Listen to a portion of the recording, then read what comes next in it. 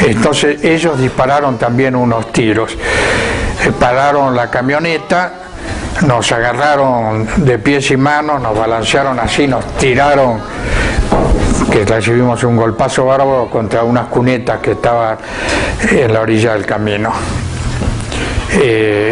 La camioneta disparó, Amaya y yo quedamos ahí en medio del agua de la cuneta y dolorido, en silencio, hasta que nos dimos cuenta que se habían ido. Y entonces intercambiamos un breve diálogo, parece que se han ido, o qué nos pasará ahora. Bueno, en ese interín se vuelve a sentir vehículos, para vehículos, y a los gritos nos dice: somos de la Policía Federal, ¿quiénes son ustedes? Bueno, toda una parodia estaban haciendo, teatral, y el gobierno dijo, tanto verbalmente como por escrito, que nos habían rescatado de supuestos terroristas. Querían hacer creer que habíamos estado secuestrados por una organización terrorista. La policía ahí nos trató bien, nos llevaron a la comisaría, pero detenidos, siempre detenidos. Un policía nos dijo a Amaya y a mí que él era simpatizante radical y que no tuviéramos mucho cuidado porque nosotros no estábamos en libertad sino presos, y que no habláramos nada que nos pudiera perjudicar. Y bueno, nos trataron bien, no podíamos hablar entre nosotros, nos tomaron una declaración esa tarde y al día siguiente otra. Bueno, eran declaraciones en donde nosotros cuidábamos mucho lo que decíamos, porque si empezábamos a relatar todas nuestras vivencias de la escuelita, corríamos serios riesgos de que nos mataran lisa y llanamente. Y al día siguiente vinieron los militares. Había un coronel Padilla Tanco, me acuerdo, y había un aviador Gómez, al cual yo lo conocía, y él pidió para saludarme. Padilla Tanco le dijo que sí. No sé qué función ocupaba Padilla Tanco, pero era una función oficial. Bueno, ellos nos llevaron en un avión hasta Bahía Blanca, pero ahí ya no fuimos atados ni nada, fuimos presos, pero nos trataron bien. Y al llegar allá a Bahía Blanca, nos llevaron al 5º Cuerpo de Ejército. Ellos, Padilla Tanco y Gómez, pero nos dijeron que nos iban a poner en libertad, y mucha gente, cuando se publicitó todo esto, pensó que nos iban a poner en libertad. La radio, eso me lo contó mi señora, dio una información escalofriante, porque decía que habían aparecido los cuerpos de Amaya y Solari y Goya. Entonces hubo mucha gente que pensaron que nos habían matado ya. Nos llevan al 5º Cuerpo de Ejército, y en la sede del 5º Cuerpo de Ejército no nos trataron mal, estuvimos incomunicados, Amaya y yo. A mí me vino a visitar un señor, un capitán o mayor, venía con un uniforme. Tuvo un diálogo bastante aceptable conmigo, me dijo que me iban a poner en libertad, consideraba que era un error lo que había pasado con nosotros, pero bueno, la verdad que yo le pregunté en qué condiciones estábamos ahí, y me dijo que estábamos presos a disposición del 5º Cuerpo de Ejército. Pero 1 o 2 días después salió el decreto que nos puso a disposición del Poder Ejecutivo y nos trasladaron a la cárcel de Villa Floresta, ahí en Bahía Blanca. Bueno, ahí estuvimos en contacto con muchos presos políticos, y fueron ellos los que nos ubicaron bien la escuelita, los que nos dijeron, sí, ustedes estaban en la escuelita. Y bueno, los presos estaban muy conmocionados porque unos días antes había estado, contaban ellos, yo eso no lo vi, el general Vilas, y había caminado, los hicieron poner a todos, tirarse al piso, boca abajo, y Vilas caminó por las espaldas de los presos y según contaban había matado a uno de los presos. Retomando el hilo, esos 15 días fueron brutales. En uno de esos días nosotros estábamos encerrados, cada uno en su celda, y nos las abrían para ir al baño, y en el baño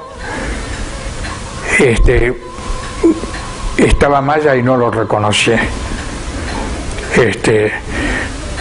Entré y no lo reconocí, y él me dijo,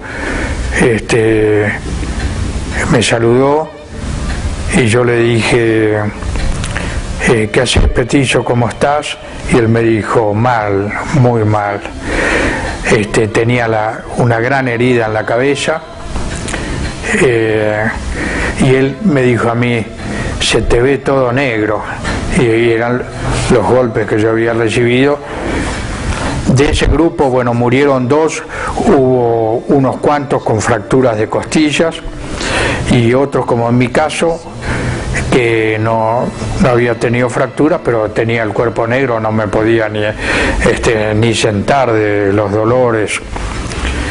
Esa fue la última vez que lo vi al Petizo, un recuerdo muy, muy triste. Después muchos me contaron, Acuña, por ejemplo, él también lo vio en el baño y me dijo, parecía un viejito, y Amaya era de mi generación, tenía unos meses menos que yo, es decir, donde allí tendríamos 42 años aproximadamente. Pero, como yo digo, pero Amaya, yo creo que hubo intención de liquidar, de hacer desaparecer a los dos, no cabe duda. Ante la presión esa, hubo un momento en que se ve que cedieron o se asustaron o no sé qué pasó, y los liberaron. Pero con Amaya cumplieron el propósito inicial de matarlo, porque lo siguieron torturando tanto, privado de toda su medicación, y tan torturado que cuando ya Amaya ya realmente estaba para morir prácticamente, como solían hacer las autoridades estaría todo ya coordinado, de la unidad 6, lo mandaron al penal de Devoto, donde lo pusieron en la enfermería. En ese entonces el secretario privado de Amaya, Daniel González, me llamó un día para contarme que había sido trasladado al penal de Devoto y que la madre iba a ir esa tarde a visitarlo, así que me pidió que los acompañase y bueno, ese día fuimos. Daniel me pasó a buscar y en un taxi buscamos a la mamá de Amaya, que la acompañamos hasta el mismo penal de Devoto. Amaya estaba tan deteriorado que se cuenta que estando en la enfermería,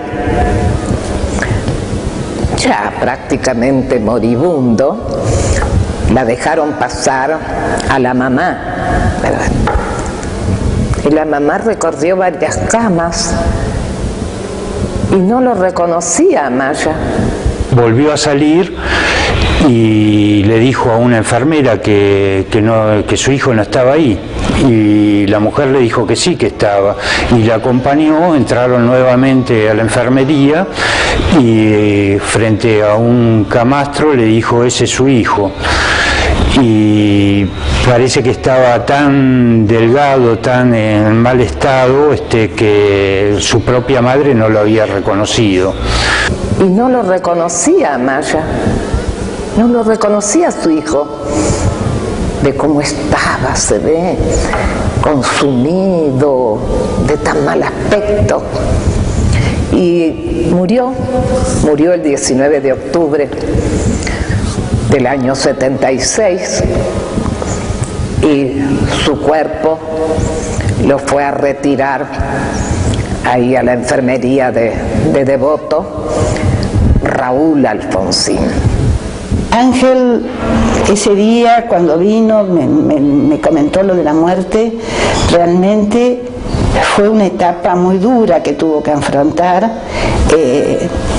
y de la manera que murió Amaya, realmente respetamos el silencio, respetamos el dolor de Ángel, pero ha sido una de las cosas más gruesas, una cosa permanente que recuerdo como un gran dolor, una gran pérdida de un amigo, de un militante, de un hombre justo, y así lo sintió y lo sentimos. Amaya falleció y yo tuve oportunidad de ir al velatorio, que fue una situación complicada porque la dictadura militar no dejaba que se lo velara en el Comité Nacional ni en el Comité Capital ahí de la calle Tucumán, lo prohibió expresamente, que era la intención del partido velarlo en una de las dos sedes más importantes que tiene el partido ahí en Capital. Y finalmente se logró que un dirigente radical de ahí de Buenos Aires, Liborio Pupilo, que tenía una empresa de servicios fúnebres, cediera uno de sus salones en el barrio de Mataderos, y bueno, y ahí concurrimos. Yo era muy joven en ese momento, tendría 18, 19 años, y me recuerdo que fuimos con 4 o 5 compañeros de la Juventud Radical de Vicente López. Fuimos una noche, sería alrededor de las 9 de la noche, llegamos hasta, recuerdo que era cerca de la General Paz, porque bajamos del colectivo ahí, tuvimos que caminar como 8 o 9 cuadras hasta la sala velatoria, y lo recuerdo porque realmente tuvimos mucho miedo, era un clima muy especial. Estaban, a medida que nos aproximábamos a la sala velatoria, muchos policías de civil y muchos autos como se usaban en ese momento, esos famosos Falcon verdes, que no todos eran Falcon verdes, pero se caracterizaban por no tener patente y tener estos personajes encima. Y ahí en el velatorio, bueno, cuando nosotros llegamos, recuerdo que estaba el doctor Balbín, que presidía el partido en ese momento a nivel nacional, y bueno, y tuvimos oportunidad de ver el estado de Mario Abel, que lo estaban velando. Estaba totalmente rapado, con una cicatriz justo en el medio de la cabeza, una cicatriz muy grande. Y recuerdo ahí el comentario de uno de los dirigentes juveniles de aquel entonces, Marcelo Stubrin, que comentó que la gente de la cochería había dicho cuando lo habían traído que el cuerpo pesaba 35 kilos. Que si bien Mario Abel era un hombre, no era un hombre con textura grande, realmente mostraba realmente el estado en que estaba. Cuando sepultamos a Amaya, vino Raúl Alfonsín. Raúl despidió al amigo entrañable, era un amigo de aquellos que nunca preguntaron qué prueba podría tener si te ayudaba en algo. Un amigo entrañable, un correligionario ejemplar y un ciudadano argentino que siempre estuvo dispuesto a trabajar por el país. Era estos hombres que tienen un convencimiento tal que siempre dijeron lo que piensan y que siempre actuaron de acuerdo a lo que pensaron. Recuerdo que estaba todo movilizado, las fuerzas del desorden, con todo controlado, por eso la gente no fue, no hubo mucha presencia, estábamos rodeados de Policía Federal, base, gendarmería. Así que yo recuerdo que iba por el centro a 9 de julio hacia la casa de Mario, salgo del diario y me fui caminando por el centro de la 9 de julio, por si acaso. Para una camioneta, al lado mío, ¿quién era? Don Atilio. Entonces, vamos los dos al velorio. ¿Y cuál es la particularidad que yo noté? Saludamos a la familia, me acerco al féretro y de este lado y paso al otro costado y no me quedé convencido que era Mario. Había muchísimo viento y uno avanzaba hacia la casa, ya habíamos dejado los autos a casi una cuadra, porque había control policial en el lugar, y iba avanzando y me acuerdo que el viento, viste, que te impide casi hablar, porque te golpea el viento fuerte de aquella parte y con los ojos medio cerrados por la tierra, y además esa cosa tan poco agradable de ir acercándote y ver que había gente parada en la esquina y al costado que estaban con filmadoras grabando las imágenes de los que nos acercábamos y sacando fotos. Así que era un ambiente realmente complicado, ¿no? Y yo le comento a mi amigo de que quería ir, porque quería acompañar ese último momento. Y como nunca este amigo se prendió en acompañarme. Me llamó la atención en ese momento, pero porque nunca había manifestado nada que tenga que ver con política. Es más, trabajaba en la policía y eran una excelente persona, es una excelente persona. Pero bueno, me acompañó, cruzamos ahí el tiro federal a pata, como decimos, cruzamos tiro, llegamos al cementerio.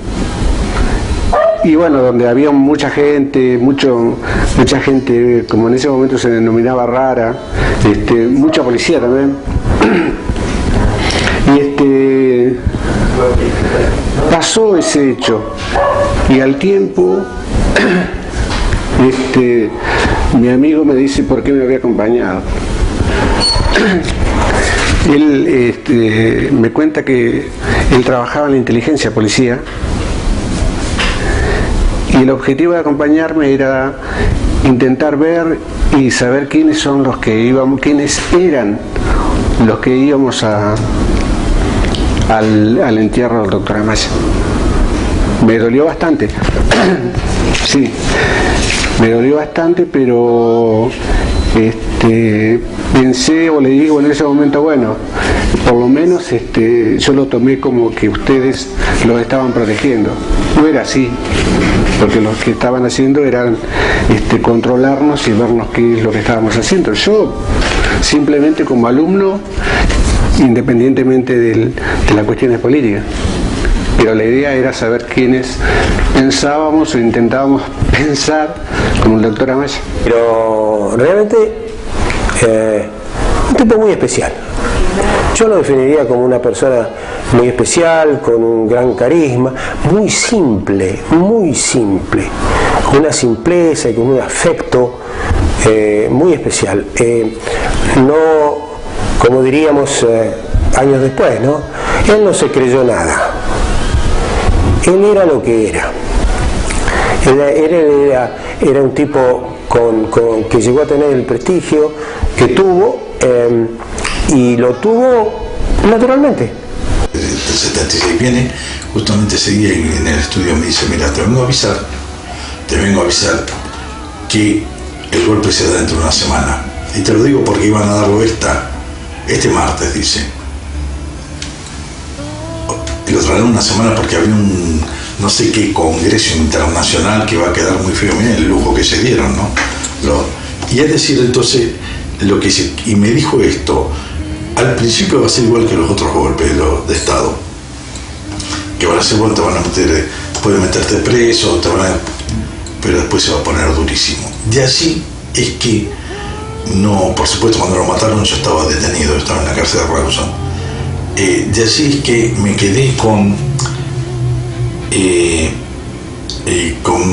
preguntándome de por vida, me lo sigo preguntando, por qué él apareció en junio, fines de junio del año 72 acá, y abre el estudio, que el estudio que no era nuestro, alquilado, y tuvo existen también, y hay que decirlo, las micro resistencias que se dieron en los distintos integrantes de una comunidad, donde en la medida que iban dentro del tremendo, de la tremenda situación planteada, represión que había, la gente fue produciendo lo que yo digo, esas micro resistencias, y entre ellos había un dirigente radical que nos alquilaba a nosotros, que no nos cobró muchos meses mientras yo estaba detenido, y solía decirme yo de los radicales, bueno, de los de antes del 55 era, me decía, que lo tengo que recordar, es Alberto Napoli, ¿no? De haber sucedido, de haber prolongado, lamentablemente no ha sido así, pero de haber, qué sé yo, otra suerte de Mario de la Maya con su presencia, y de tantos como Mario de la Maya, esto que está pasando no sucedía, porque eran personas que apelaban incluso a partir de su tarea como defensor de los diferentes dirigentes políticos encerrados en la U6, los recursos de habeas corpus, a pesar de lo que estaba sucediendo, no era un obstáculo para él. Es más, lo llevaba a copia, lo llevaba al diario. Él, el doctor Roca de Córdoba, Alfonsín, Duhalde, el actual secretario nacional de Derechos Humanos, venía con Ortega Peña acá. ¿Se acuerdan de la confitería Apolo? Bueno, o nos reuníamos en el Apolo, yo estaba a la mitad de cuadra del diario, y ahí uno charlaba y sacaba lo necesario, o la confitería San Marcos. Sería una etapa muy difícil, muy complicada para él, más que nada cómo ha surgido esta nueva tendencia del gobierno K. Yo creo que la seguiría peleando, pero seguiría estando en los sectores populares. No sé si estaría en el radicalismo, eso uno no lo sabe, porque realmente en este momento es un momento confuso para los dirigentes, pero también podría seguir estando, porque él era un hombre de la Unión Cívica Radical, tenía muy claro los conceptos, pero era un hombre con ideas liberadoras. Estaría dando la pelea, estaría en todos los lugares donde estaría siendo solidario, quizás con la gente sin empleo, en otro marco, hoy en otro marco, pero ahí estaría siendo solidario Mario de la Maya en la nueva etapa, y construyendo, seguiría construyendo por sus ideales, que era cambiar la sociedad, un país tan rico como él consideraba. Ese sería su ideal, lo veríamos junto con nosotros, seguiría junto con nosotros. Yo te cuento como anécdota que allá por el año 1982, yo era delegado a la Convención Nacional del Radicalismo y participé en una de las últimas que en ese periodo se hacía, de acuerdo a vencían nuestros mandatos, y era una convención que se hizo en Parque Norte, en Buenos Aires, y la juventud reclamaba, ¿no?, en nombre de el ruso Karakachov y de Mario de la Maya, como una forma de exigir participación. Esto lo hacía la Juventud Radical en forma espontánea, es decir, no había nada dirigido, Mario ya no estaba. Estas historias es bueno repetirlas, recordarlas, Porque si ya desde la antigüedad Cicerón decía que la historia es la maestra de la humanidad, con estas recordaciones lo que pretendemos sin duda es que sean lecciones para la humanidad, que aprendamos estas lecciones de la historia. Y también hay una cosa especial de la que hay que sacar conclusiones, que nosotros, a los que nos llevaron el 11 de octubre, el grupo de los 16 que nos llevaron,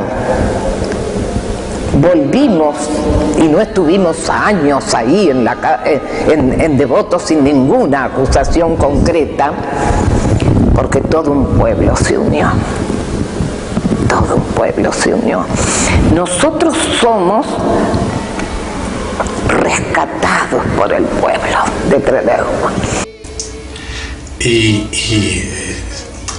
lo de Amaya no es casual que ocurre como ocurrió. Fíjate vos que el tipo muere en donde se puede decir, muere en donde puede morir con alguna dignidad un luchador político en tiempos de la dictadura, muere en la cárcel. El petizo fue un gigante, se escuchó en algún testimonio. Él no era un héroe, dijo otro. A pesar de su fragilidad física, no conocí en mi vida a una persona con el valor de Mario, sentenció un amigo y rival político. Todas estas frases, que a la distancia tienden a buscar la inmortalidad, son tan ciertas y ejemplares por el hecho de que a quien fueron dirigidas no se condujo en la vida en la búsqueda de ese reconocimiento, sino que lo hizo al paso de sus convicciones. Simplemente eso, complejamente eso. Amaya fue un intérprete y un actor del tiempo que le tocó vivir. Un país que desde su nacimiento hasta su muerte se tambaleó entre las democracias y las dictaduras. Pero en su último aliento no logró vivir la superación de esa contradicción que aturdía a las distintas generaciones argentinas, que las llevaba a la incertidumbre de no ser capaz esta sociedad de pacificar su cotidianeidad. Hoy, a 35 años de su muerte, se puede tomar a los 28 años de ininterrumpida democracia como un valor en sí mismo, pero que queda como una gran cuenta de estas y las próximas generaciones el profundizar la democracia formal, haciéndola una democracia sustantiva, social y popular.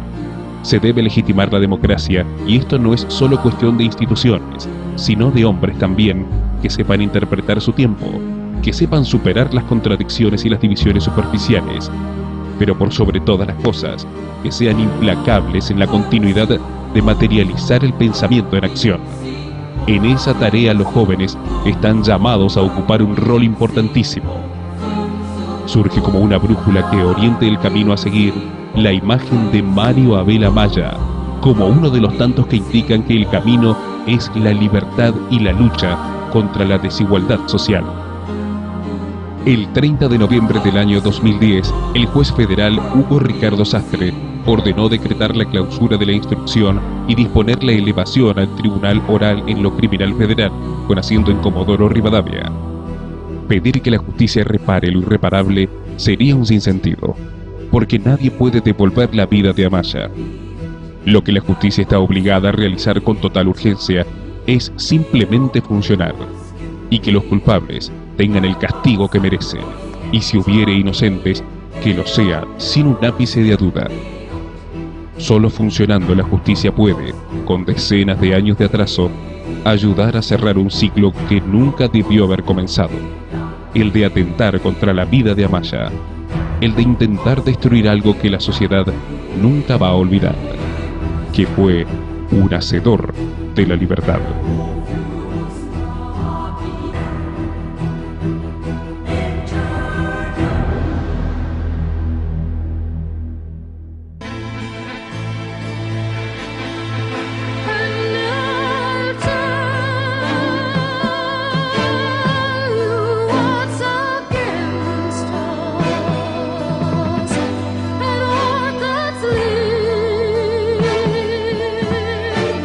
Centuries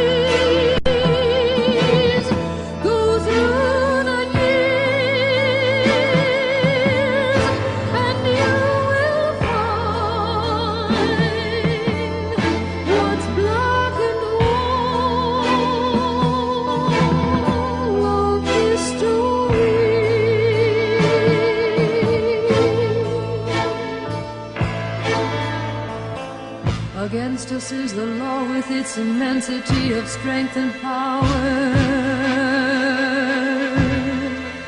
Against us is the law.